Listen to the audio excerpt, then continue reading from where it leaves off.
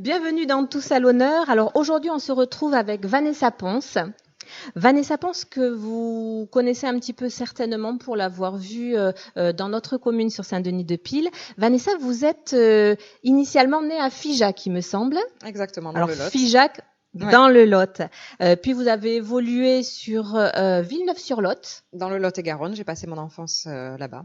Et ensuite, c'est là où vous êtes venu habiter près de chez nous, à Galgon. Exactement. Aujourd'hui, je réside toujours sur Galgon. Oui. Vous travaillez donc, comme je l'ai dit, sur Saint-Denis-de-Pile. C'est pour ça que les Dionysiens peuvent vous avoir croisé et vous reconnaître. Vous êtes aussi investi sur notre commune puisque vous participez aux réunions et commissions en faveur de l'action sociale. Oui, et de l'accessibilité aussi. Vous vous occupez seul de votre fille Flora qui a été diagnostiquée, je reprends, d'un autisme à haut potentiel ou autisme Asperger. Exactement. C'est ça. Vous avez mis en place une cagnotte. On va vous expliquer à tous l'objet en fait de cette cagnotte, puisque nous souhaitons partager votre combat. Alors le combat, on va essayer de le partager avec vous, les Dionysiens, les Libournais, les Abzakais, les Billaudais, les Galgonais, mais aussi, on pense aussi à vos débuts, les Figeacois, les Villeneuvois aussi. Enfin bref, vous l'avez compris, on voudrait absolument partager le combat de cette maman avec le plus grand nombre. Donc là maintenant, Vanessa, je vais vous poser donc ma première question pour qu'on arrive à vous découvrir. Comment et à quel moment vous vous êtes rendu compte de la maladie de Flora? Alors, la première fois où je me suis dit il y a quelque chose d'étrange, c'est lors de la rentrée scolaire. Sa première rentrée scolaire en petite section.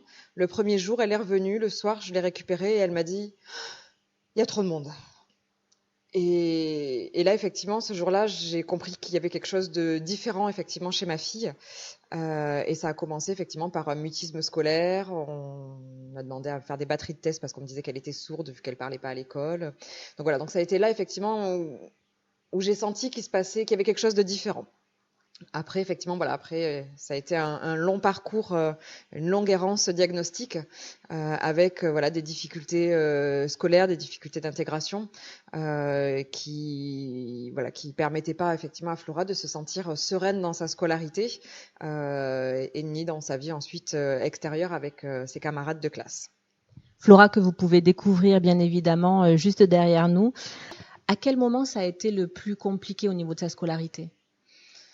Alors en fait, c'était déjà tous les jours, c'est-à-dire que Flora, tous les matins, depuis la toute première classe, tous les matins était malade avant de partir à l'école. Je mettais ça sur le compte de un peu d'angoisse. Quand on le sait pas trop, on dit toujours allez, on y va et ça va passer dans la journée. Et c'est devenu effectivement très prégnant sur la 5e au collège. Après, elle avait fait une 6e méthodologique, donc un petit groupe classe avec 15 élèves. Et elle s'est retrouvée en 5e avec une classe classique aujourd'hui, 30 élèves. Et là, c'est là où elle a commencé à manifester de manière très claire qu'il lui était insupportable de rester avec autant de bruit, autant de monde, autant d'élèves dans une classe, autant d'élèves dans une cour, et que cela l'épuisait. Et c'est là où effectivement elle a commencé à ne plus aller en cours. Donc, ce qui fait qu'elle a passé son collège, la 5e, 4e, 3e, donc le Covid l'a pas bien. Oui, d'accord. Lui, elle est bien. Elle était à la maison, elle était bien.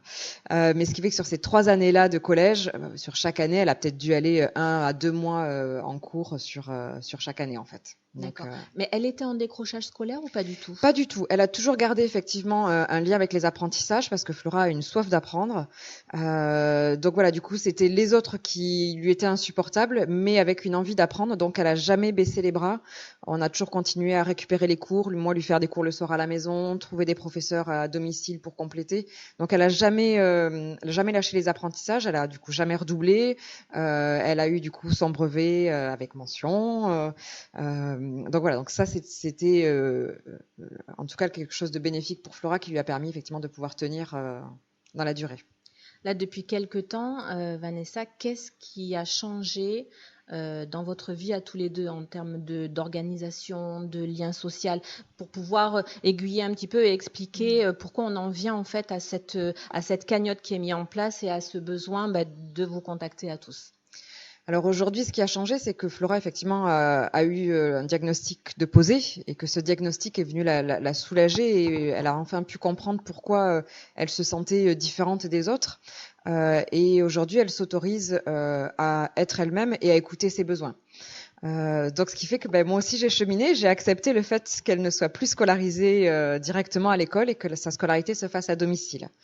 Donc, ce qui fait qu'elle est scolarisée à domicile et pour cela, voilà, j'ai dû mettre en place des stratégies pour l'accompagner quand même parce que toute seule pour apprendre un programme de seconde, de première, c'est pas toujours simple. Donc, il y a des professeurs qui viennent. Donc, il y a un professeur qui vient à domicile, qui est une professeure qu'elle connaît depuis la classe de 5e et c'est la seule professeure que Flora accepte de voir physiquement.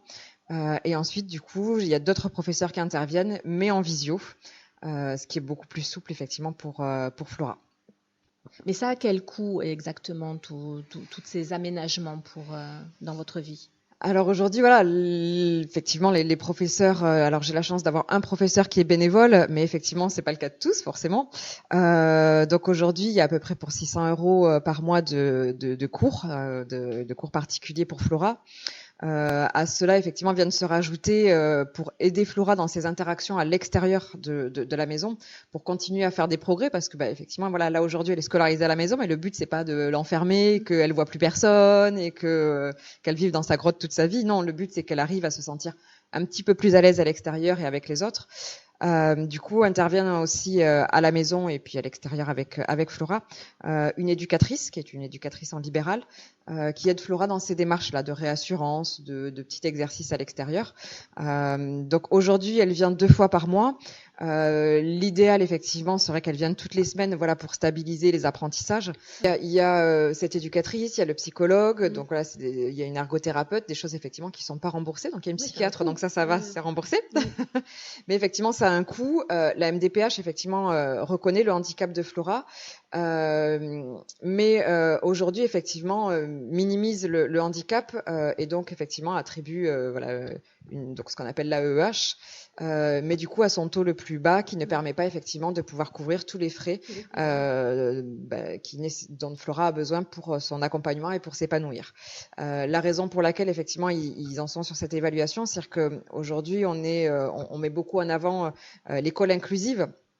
Et de se dire qu'effectivement, chaque enfant a le droit à avoir sa place dans le milieu scolaire et effectivement souhaite que Flora retourne dans le milieu scolaire. Sauf qu'aujourd'hui, Flora, elle n'en est pas là. Le milieu scolaire, l'extérieur est tellement angoissant que ce n'est aujourd'hui pas envisageable.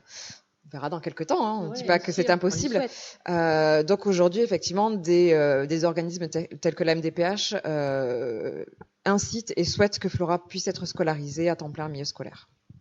Vanessa, donc je sais que c'était pas facile de venir nous rencontrer et vous livrer pour pouvoir expliquer votre parcours, mais c'était important en fait que l'on explique et que l'on puisse vous faire comprendre à quel point on a besoin de vous, à quel point Vanessa et sa fille ont besoin de vous. Vous avez donc bien évidemment les liens qui s'affichent depuis le début de ce portrait pour pouvoir participer à la cagnotte. Donc ce même lien, vous allez le retrouver sur toutes nos parutions, notamment sur notre chaîne YouTube ainsi que sur Facebook sur Tous à l'honneur. Mais aussi, vous pouvez écrire par mail à Vanessa pour pouvoir lui apporter votre soutien et votre aide, bien évidemment. Nous vous sollicitons pour une aide financière avant tout, mais toute aide aussi morale leur fera beaucoup de bien. Vanessa, à quelle adresse ils peuvent vous contacter ? Donc, on peut nous contacter à l'adresse mail accompagnonsflora@gmail.com. Très bien. Voilà, si vous avez été touché par le parcours de Vanessa et de Flora, vous pouvez les aider en faisant un don, quel qu'il soit. Il n'y a pas de petite solidarité. Chaque aide sera la bienvenue. Pensez qu'un petit rien pour vous tous fera un grand quelque chose pour cette famille. On compte bien évidemment sur vous. Vanessa, je vais vous remercier infiniment de nous avoir accordé cet entretien. Donnez-nous des nouvelles de Flora, parce que je crois savoir que Flora est en première. Elle va passer son bac français dans très peu de temps. Oui, merci à vous. Effectivement, je vous donnerai des nouvelles puisque ce bac de français est une une certaine épreuve pour elle cette année. Donc, on croise les doigts. Voilà, et on croise les doigts, on compte encore une fois sur vous tous. Partagez cette vidéo et puis faites en sorte, on connaît notre solidarité chez les Dionysiens, faites en sorte que l'on puisse aider Flora à passer une super scolarité et à enfin pouvoir se poser pour avoir son bac et pouvoir faire un beau chemin de vie. Bye bye. Merci.